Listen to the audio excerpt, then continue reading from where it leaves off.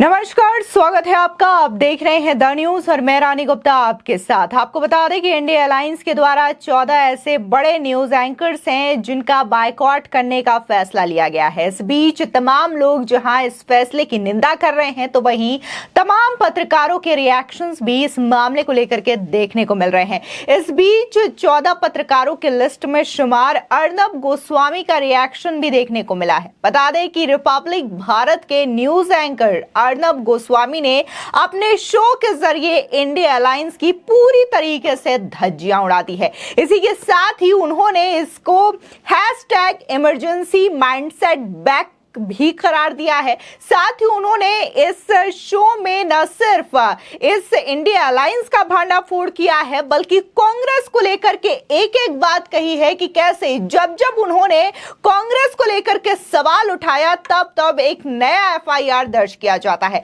आपको बता दें कि न सिर्फ उन्होंने सोनिया गांधी पालघर मामले को लेकर के पोल खोला, इसी के साथ ही चाइना में हुए राहुल गांधी सोनिया गांधी के सीक्रेट डील को भी ओपन किया।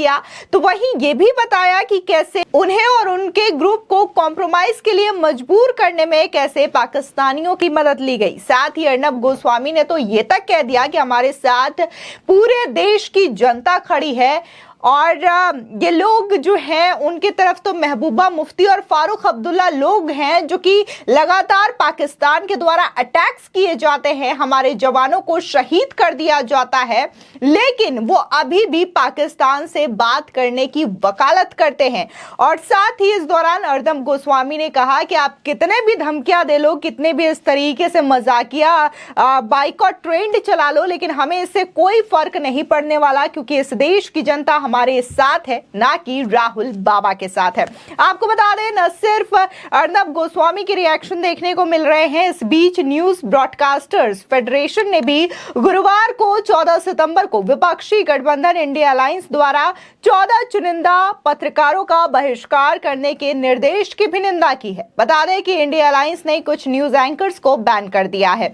अब NBF ने इसकी आलोचना की है और इसे स्वतंत्र प्रेस पर हमला करार दिया है। आपको बता दें कि अर्नब गोस्वामी ने रिपब्लिक भारत के अपने शो के शुरुआत के दौरान जमकर इंडिया अलायंस पर निशाना साधा और उन्होंने एक एक बात रखी कि कैसे जब जब उन्होंने विपक्ष की सरकारों को लेकर के सवाल उठाया तब तब उन्हें कैसे टॉर्चर किया गया। यहां तक कि सुशांत सिंह राजपूत और बॉलीवुड ड्रग कनेक्शन को लेकर के भी सवाल उठाया गया। तब न सिर्फ उन पर बल्कि उनके टीम के कई सारे जर्नलिस्ट को भी परेशान किया गया और उन पर झूठा मुकदमा दायर किया गया। बता दें कि विपक्ष की धज्जियां उड़ाते हुए अर्नब गोस्वामी कहते हैं कि विपक्ष के द्वारा बहुत बड़ा फैसला लिया गया है और वो है मीडिया को टारगेट करने का।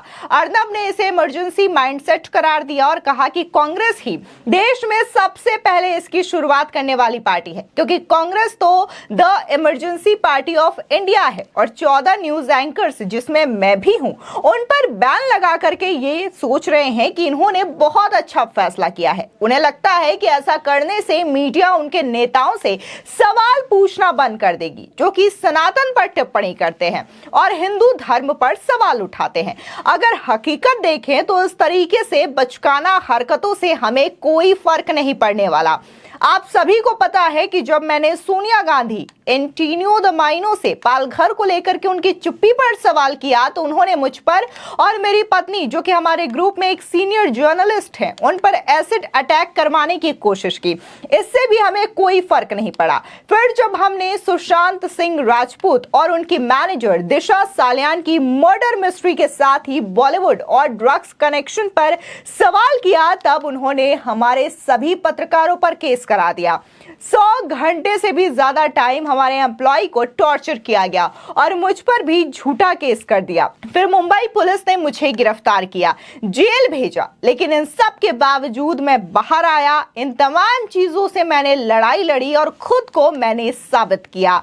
उनकी धमकियों से मुझे कोई फर्क नहीं पड़ने वाला। जब पाकिस्तान सरकार मेरे खिलाफ एक स्टेटमेंट रिलीज करती है, तब राहुल गांधी पाकिस्तानियों के साथ इसको लेकर के जश्न मनाते हैं और तुरंत अपने 5 नेताओं को आदेश देते हैं कि वो पाकिस्तान की इमरान सरकार और ISI के साथ मिलकर प्रेस कॉन्फ्रेंस के माध्यम से मुझे टारगेट करें। यहाँ तक कि हमें टारगेट करने के लिए वो आईएसआई से हाथ मिलाते हैं, लेकिन इससे भी हमें कोई फर्क नहीं पड़ा। राहुल गांधी अपनी बचकाना हरकतों से कुछ नहीं कर पाए और कोई नुकसान नहीं हो पाया हमारा, क्योंकि देश की जनता हमारे साथ है।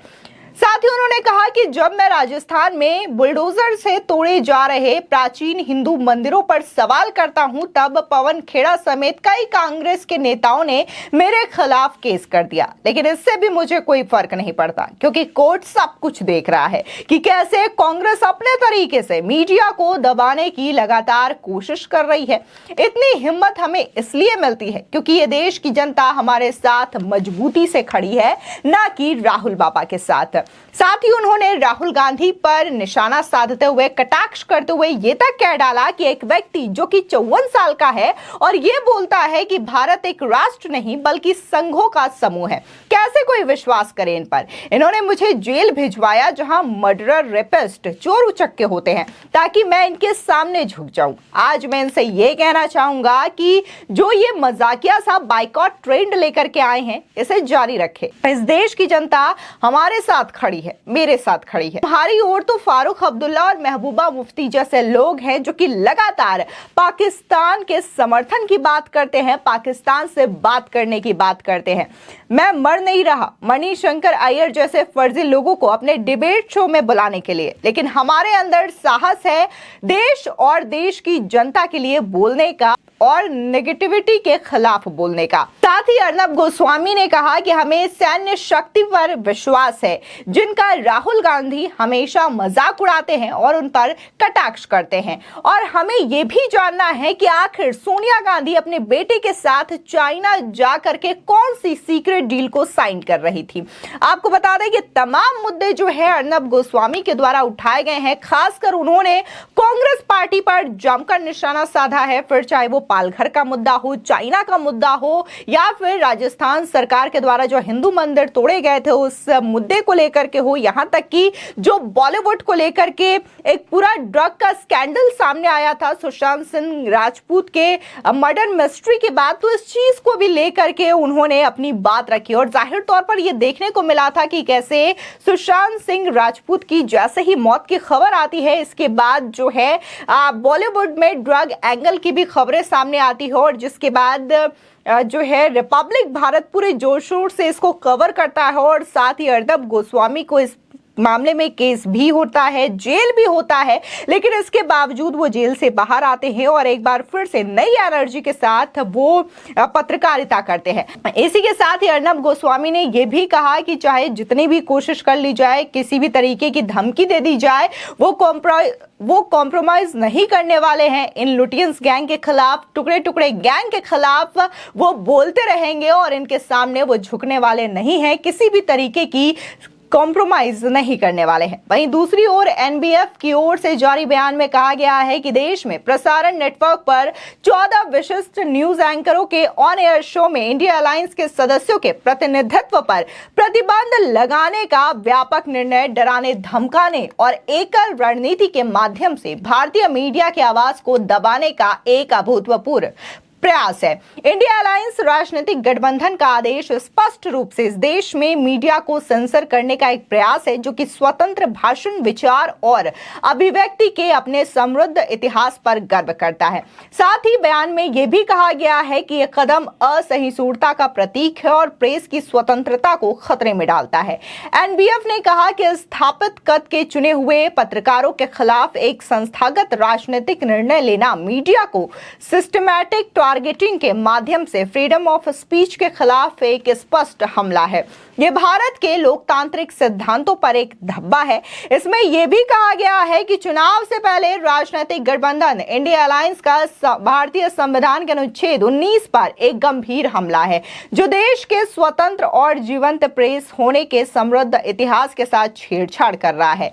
एनबीएफ राजनीतिक दलों और गठबंधनों द्वारा न्यूज नेटवर्कों में पत्रकारों को निशाना बनाने को चुनाव पूर्व एजेंडा बनाने के इस स्पष्ट उदाहरण की पूरी तरीके से निंदा करता है। हम गठबंधन से अपने इस कठोर आदेश को तत्काल रद्द करने का आग्रह भी करते हैं। तो ये जो है एनबीएफ की ओर से कहा गया है। तो वहीं अर्नब गोस्वामी ने भी तमाम मुद्दों को उठा करके एक बार फिर से विपक्षी अलायंस पर बड़ा हमला किया है और इसी के साथ ही कांग्रेस पार्टी पर भी जमकर निशाना साधा है। फिलहाल देश भर में जो इंडिया अलायंस के द्वारा फैसला लिया गया है, इसको पूरी तरीके से पत्रकारों को टारगेट करने और डराने धमकाने के रूप में फैसला लिया गया है, ऐसा कहा जा रहा है। फिलहाल इस खबर को लेकर के आपकी क्या राय है, हमारे कमेंट सेक्शन में जरूर बताएं। आगे की और भी अपडेट के लिए चैनल को सब्सक्राइब करना ना भूलें।